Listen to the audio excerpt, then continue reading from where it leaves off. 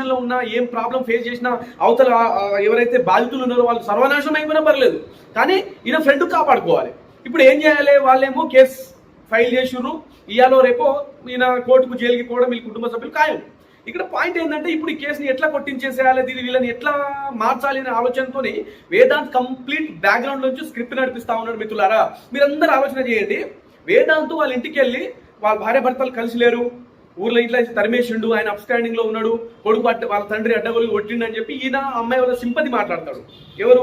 ఈశ్వర్ సాయి గురించి వేదాంత్ మన మాధురి రాథోడ్ వాళ్ళ కుటుంబ సభ్యులతో. కానీ అక్కడ జరిగే విషయం ఏంది? వాళ్ళ భార్య ఇదే వేదాంత్ మీడియాకి వచ్చి ఏమంటది?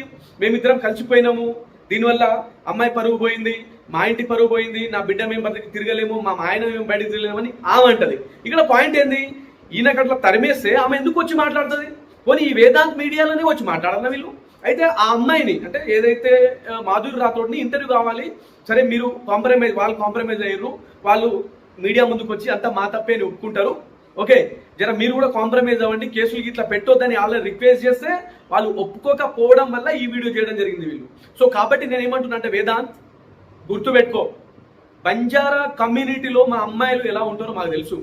ఓకే, నువ్వు ఎక్కడికి వెళ్ళి కాంప్రమైజ్ అయినంత మాత్రాన ఇప్పుడు ఆ అమ్మాయి మీద ఉన్న పడ్డ మచ్చ అదే నీ చెల్లి మీదనో మీ ఇంట్లో కుటుంబ సభ్యుల మీద పడి ఉంటే నువ్వు ఇదే కాంప్రమైజ్కి పోయేటోనివా?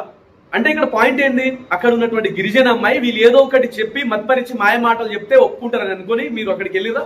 సో కాబట్టి దయచేసి తెలంగాణ రాష్ట్ర ప్రజలారా దండం పెట్టి చెప్తా ఉన్నా, అక్కడ జరిగిన స్క్రిప్ట్కి ఓకే ఇప్పుడు వీళ్ళిద్దరు వేదాంత్ మీడియాలోకి వచ్చి మాట్లాడిన దానికి చాలా పెద్ద బ్యాక్గ్రౌండ్ ప్లాన్ నడిచిందనమాట.